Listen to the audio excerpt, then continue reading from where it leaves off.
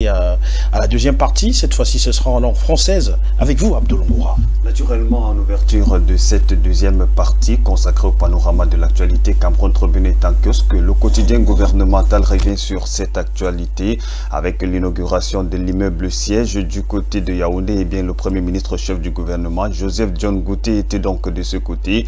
Il a procédé à l'inauguration de ce bâtiment présenté par le journal. 5 ans, c'est le temps mis pour la construction de cet édifice on ne peut plus important présenté par le journal ce matin avec un montant alloué à la construction d'un peu plus de 13 milliards de francs CFA. Et bien, le joyau architectural est là, fait savoir le quotidien gouvernemental. Le même journal s'intéresse également à l'actualité dans nos formations sanitaires. L'hépatite C et bientôt des médicaments désormais disponibles gratuitement pour les malades de ce côté-là. On parle donc de MTN Elite One également avec l'absence de Victoria United qui brille par, on va dire, l'anti-jeu du côté de Limbé. C'était à l'occasion de la 5e journée annoncée de ce côté. Le club qui est donc attendu là-bas ne s'est donc pas présenté. Le journal propose en tout cas un dossier on ne peut plus intéressant pour mieux comprendre cette actualité. Restons donc sur le terrain du football avec mutation de Georges Alain Boyomo qui est aussi disponible dans son édition de ce lundi. Le journal parle donc de la Fédération camerounaise de football. Et bien là-bas, il y a la corruption, le mercantilisme qui ont donc réussi à faire leur ligne. On parle justement d'un complot ourdi contre le patron de l'instance fêtière, Samuel Eto'o-Fils. La grosse interrogation proposée par le journal ce matin, quel est le but visé derrière cette cabale orchestrée par certains présidents de clubs, dont on cite Faustin Domke et également le président de Aigle du Mongo. La grosse interrogation est donc à lire dans les colonnes du journal qui parle également de la malgouvernance, et cette fois-ci c'est Maître Yondo Black qui se prononce dans les colonnes du journal. L'ancien bâtonnier du Cameroun fait donc entendre sa voix sur quelque actualité qui tient donc la vedette au Cameroun, et il s'adresse directement au président de la République, son excellence Paul Biya. Mais au-delà de ce qu'on peut lire dans les colonnes de mutation, tout n'est pas noir au Cameroun, fait savoir le jour de Aman Mana qui est aussi disponible dans son édition de ce matin. Le journal d'Aman Mana fait savoir que la Côte d'Ivoire veut s'inspirer du Cameroun. Le modèle camerounais fait donc école du côté de la Côte d'Ivoire sur le terrain de l'organisation de la Coupe d'Afrique des Nations édition 2024. Le journal fait savoir qu'une délégation ivoirienne a donc séjourné au Cameroun avec en une principale: nous avons été séduits par le modèle du Cameroun. Ce sont donc des propos des responsables du côté de la Côte d'Ivoire qui reviennent donc sur cette actualité à moins de 90 jours du coup d'envoi de la plus prestigieuse compétition inter-africaine.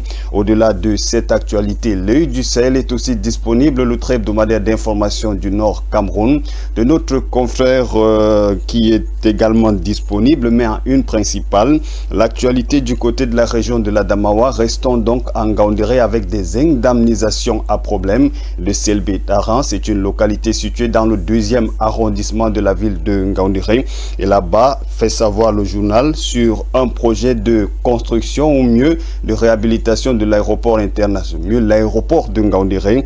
Les familles font donc entendre leur voix sur les indemnisations. Seules les familles ayant donc une mise en valeur avant 2021 obtiendront une indemnité, fait savoir le préfet de ce côté. Une sortie qui tend donc à diviser aujourd'hui, dont le journal le fait donc écho dans son édition de ce matin.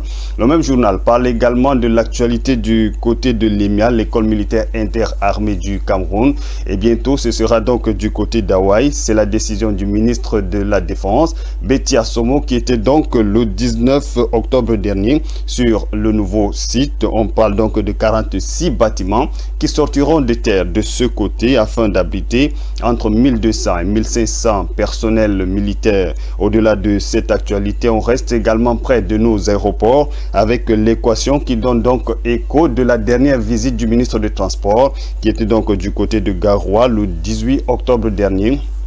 eh bien, il s'est retrouvé également du côté de Marois le 19. C'est à l'effet de toucher du doigt les réalités concernant donc ces différents aéroports de ce côté. Émergence également est de sortie. Dans sa publication de ce matin, le quotidien fait savoir que la disparition des enfants au Cameroun devient donc un phénomène qui va même grandissant. Ça reprend ce qu'on peut lire dans les colonnes du journal ce matin.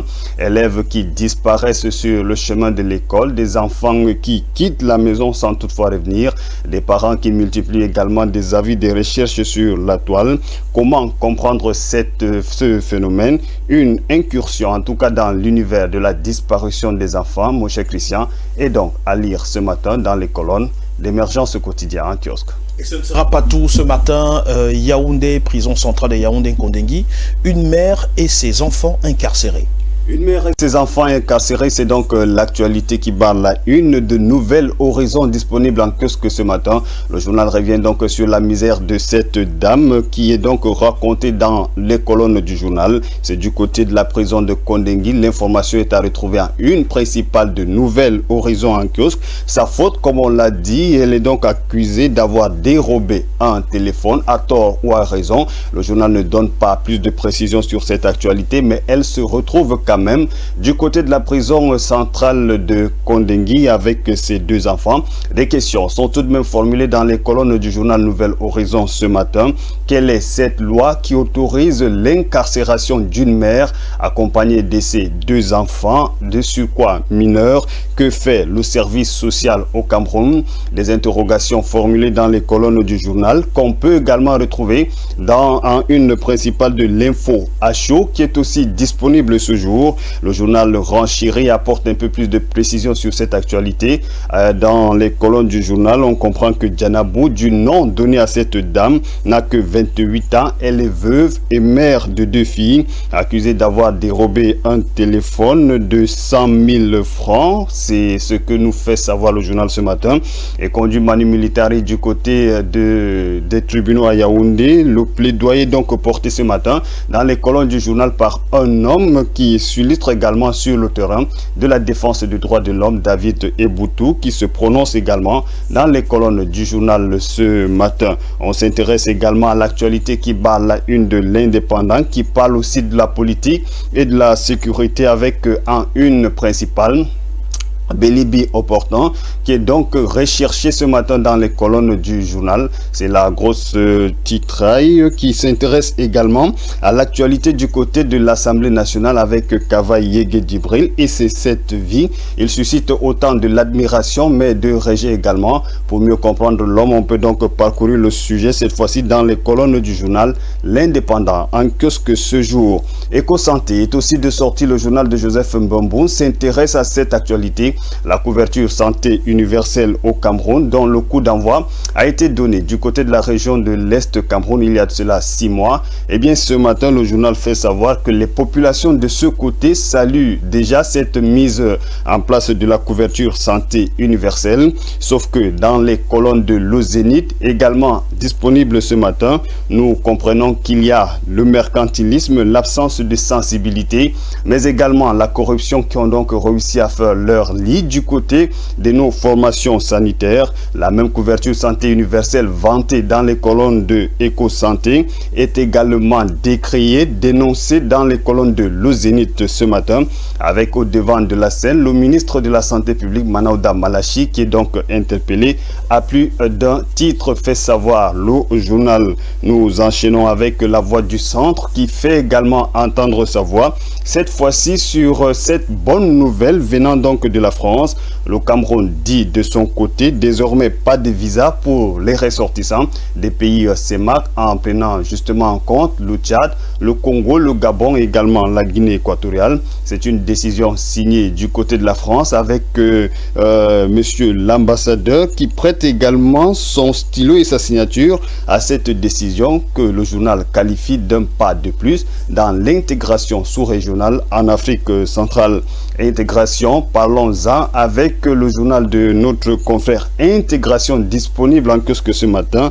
Le journal n'évoque pas cette actualité, ce pas annoncé du côté de l'Ozénith, mais fait savoir quand même que l'armée française est en errance au Tchad et au Cameroun. C'est suite donc à cette révolution observée du côté du Sahel avec les 3 pays mentionnés qui demandent également à la France de quitter tout simplement le territoire français. Et c'est le Cameroun, y compris le Tchad, qui servent donc de passerelle pour la France afin de regagner le domicile. Le même journal s'intéresse également à l'actualité en Afrique centrale avec la CEAC qui est donc au miroir de ses 40 ans. Merci Abdou.